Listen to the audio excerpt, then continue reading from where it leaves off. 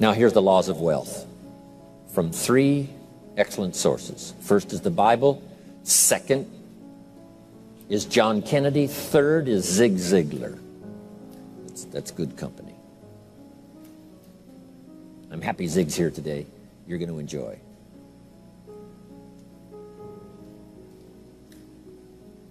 The wealth formula. Okay? First, I've already quoted from the Bible. He that wishes to be the greatest, find a way to serve the many. So that's the first key to the wealth formula. Service to many, finding a way. Now, some may have a wish to serve many, but you need a way. So you keep searching till you find a way, because if you search, you will find a way to serve more and more so that your life will be greater and greater.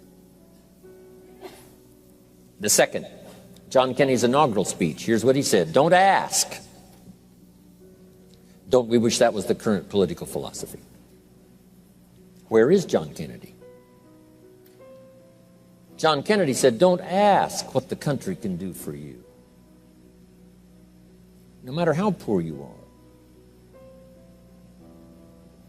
Don't ask. That's not how you get trophies to put on the mantle above the fireplace. That's not how you become wealthy and rich. That's not how you have abundance. Don't ask what the people can do for you. But, he said, ask, what could I do for my country? What could I do for my neighbor? What could I do for the people in my community? How could I serve more than myself? Ask what you could do for your country. And some people have found out a way to serve the whole country. Some find a way to serve a limited piece of the country. Some find a way to serve a few right around their neighborhood.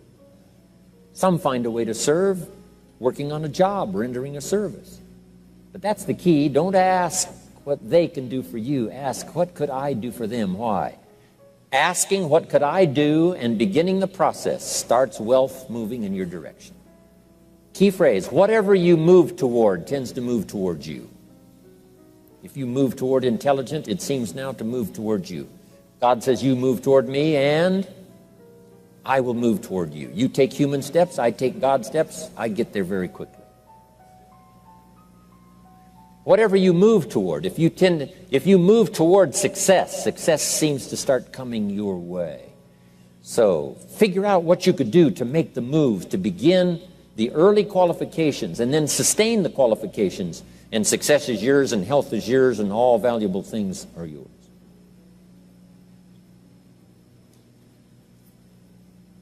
Now, the third, of course, is Zig Ziglar, and I'm going to borrow. Hopefully, he wasn't going to use it today, so I get to borrow it. Zig's got the best formula put in layman's terms I've ever heard. If you help enough people get what they want, you can have everything you want. Help enough people get what they want, you can have everything you want. When I first heard that, I underlined the word everything. And guess what I did? I went for it. If you help enough people get what they want, you can have everything you want. Here's another way to put it. If you help enough people get what they need, you can have everything you need. So you don't supply your need by concentrating on your need. You supply your need by concentrating on the answer, by the deserving, helping enough people. This weekend is another part of my life. Sharing, helping, translating my experiences by the best language I can choose, as awkward as it sometimes seems. Words are clumsy sometimes when you try to express what's going on in your head, let alone your heart. But I'm going to struggle best I can these days with the English language, trying to make it valuable to all of you. Okay. Now, start a little subject called personal development. As you know my story, I met someone when I was 25 years old. His name was Earl Schoaf, who dropped into my life at an extraordinary time. So key phrase, timing has a lot to do with it, and who knows, part of the mystery of time, the timing. Part of the timing one I just had that experience that I've shared in other seminars when the Girl Scout knocked on my door. And I walked to the door, and she gave me the big pitch on the Girl Scout cookies, best organization in the world for girls. Got several flavors, time to buy the cookies, only $2. And with a big smile, she very politely asked me to buy. No problem, I wanted to buy. Big problem, I didn't have $2 in my pocket. And I didn't want to tell her that. So I did what I thought was next best. I lied to her. And I said, hey, look, I've already bought plenty of Girl Scout cookies. We've still got plenty in the house we haven't eaten yet. She said, oh, that's wonderful. Thank you very much. And she leaves. When she leaves, I say to myself, I don't want to live like this anymore. I mean, how low can you get lying to a Girl Scout? I mean, that's low down. I told myself that day, this will never happen to me again. One of those experiences.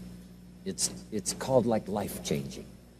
I said, I'm going to search till I find better opportunities so my pocket won't be empty and the bank account won't be empty and I won't be so far behind on my promises to my family. And it was shortly after that I meet Earl Schoaf, who taught me how to be wealthy, who taught me how to change my life. So who knows what the connection is, right? Someone says when the student is ready, the teacher will appear. You know, I don't know all the mystery of that. But anyway, it seems like some of those things uniquely happen. But it was Mr. Schoaf over a 5-year period before he died at age 49 who taught me some extraordinarily simple things. He only went to the 9th grade in school, never finished high school, never went to college, never went to university.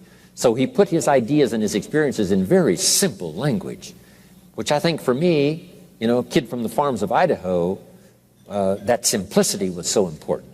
Because if it would have been technical, I'd have missed it. If it would have been mystic, I would have, backed away. But it was just basic, blunt, ABC, familiar stuff that I hadn't thought of before. And he did start to remind me, and those ideas changed my life.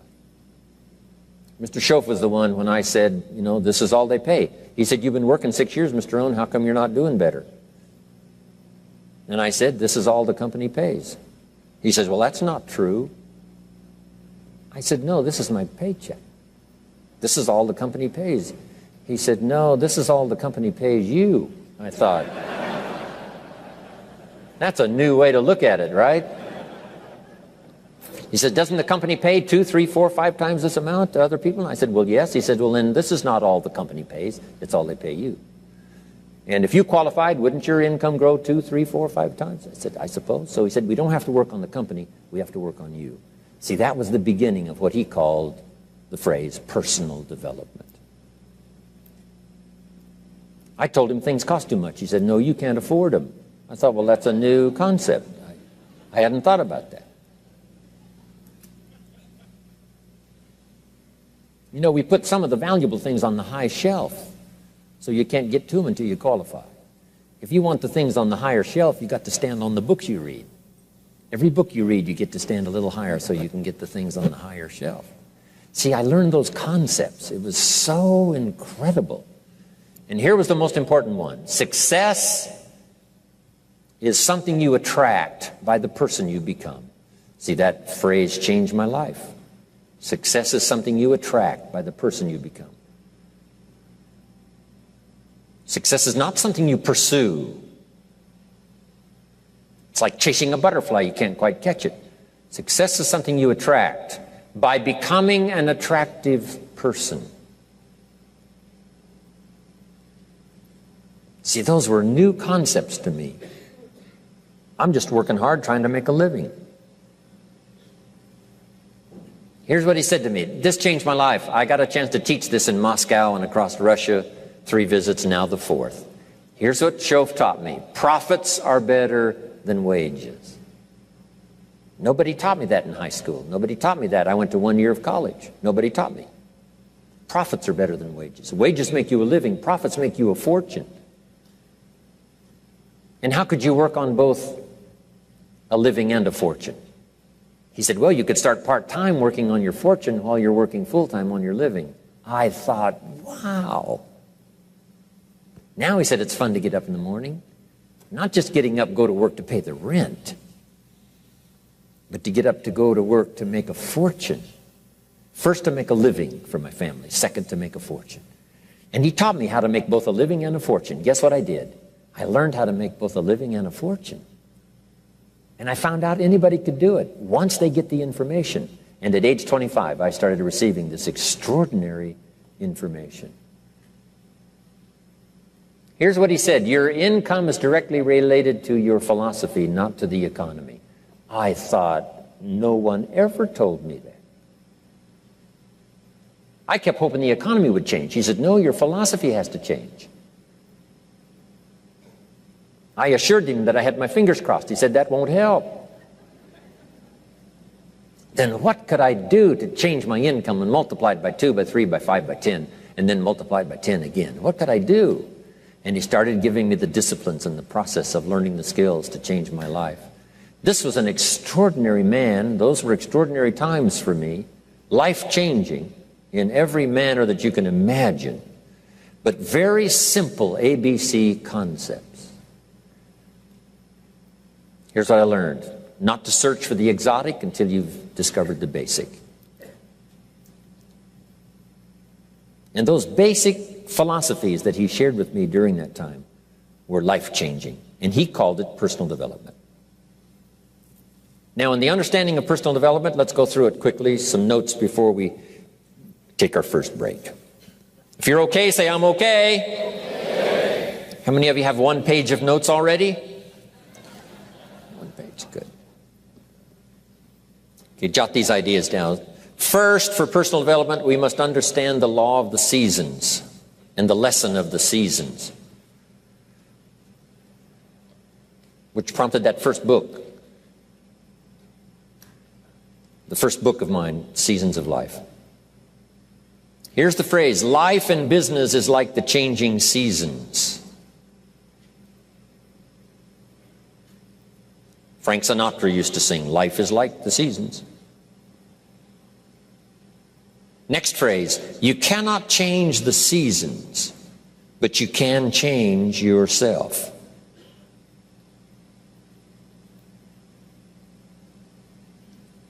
The seasons are set. As soon as we arrive on this spinning planet headed somewhere, that's the question to ask. What is the setup? First, so I can survive. Second, so I can succeed. So one of the first things to do is to learn the rhythm of the seasons. The rhythm of night and day. Day follows night. Night follows day. Opportunity follows difficulty. Difficulty follows opportunity. Recession follows expansion regularly. Expansion follows recession. Sadness follows joy. Joy follows sadness. That's called the rhythm of life. So in the seasons now, make these notes. First, learn to handle the winters. Hopefully each winter we get stronger by the process of the experience of the past winters. Learning the lessons of the past to apply to the present. In the winter you have to hang on. In the winter you have to endure. That's part of the rhythm of life. And there's all kinds of winters. Physical winters and personal winters and political winters. Communism cast a long shadow on 1/3 of the world in that long winter of despotism. About 75, 80 years it lasted. Political winters, social winters, spiritual winters, personal winters, when things don't work well. Barbara Streisand sings, it used to be so natural to talk about forever, but used to be's don't count anymore. They just lay on the floor till we sweep them away. You don't sing me love songs, you don't say you need me, and you don't bring me flowers anymore. A song of winter. But we're all acquainted with those experiences. But here's the key. You must just hang on in the winter. Make the note. It doesn't last forever. Some winters seem longer than others. Some winters seem tougher than others. Some winters are more critical and crucial than others. But here's the note. They will pass. The night can only be a few hours. As far as we know, there's never been a double night. And the whole key to this is, surely you can make it just a few hours. Hang on. Whether it's playing a game or whether it's an enterprise, the winters do come. Mickey Mantle, my hero back in those days of the Yankees. Wow. He used to get in the batting slump.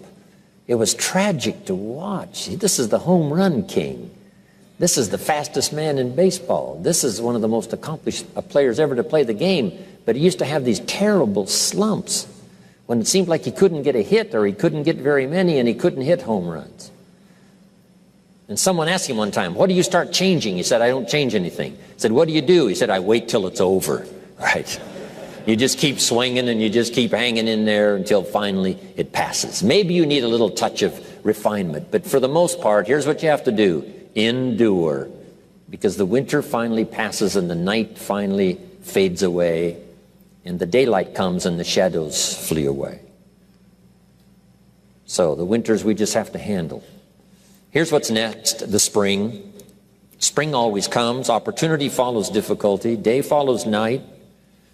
Here's what spring is called, opportunity. Spring is not a guarantee. It's guaranteed to come, but it's not spring that guarantees the harvest. Here's what you must do. Use the spring to your best advantage. And you've got to hurry because spring is usually not very long. The short season of spring reminds us of urgency. If you want a full harvest, come harvest time, you've got to take advantage, but you must do it quickly. Spring is the opportunity to meet someone. Sometimes you have to do it quickly. Here's a person, you say, be nice to meet that person, but before you get a chance to say hello, they're gone. In space language, we call it window of opportunity. If the rocket doesn't launch and if the spacecraft doesn't go in an appointed time, it's got to wait for another cycle of times. If you don't get it planted this spring, you've got to wait for another cycle of seasons before you have another chance. So, the urgency of spring. Life is brief, so take advantage of every spring you can get for your lifetime. The Beatles wrote, life is very short. And for John Lennon, it was extra short. For Michael Landon, it was extra short.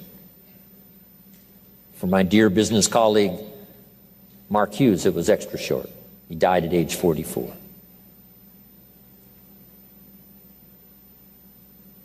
So, it's brief.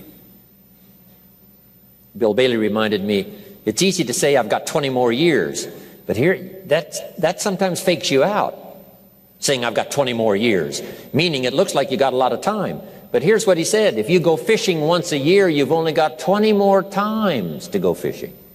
Not 20 years to go fishing, 20 times. So you've got to make each time count when the opportunity comes, each time. So take into account the brevity of life. My father lived to be 93, but it seemed so short. I kept asking for another 10 years, another 10 years, and finally, it ran out. But 93 is not bad, but it still seemed short. So it is short. So pick up the urgency of spring now. Knock on every door to find the opportunity. Search and search till you find answers for your future. And do it quickly, because spring is short. What if you asked a farmer to go bowling in the spring? He would say, insanity. You can go bowling in the winter, but you can't go bowling in the spring. Good note to make. What to do in springtime.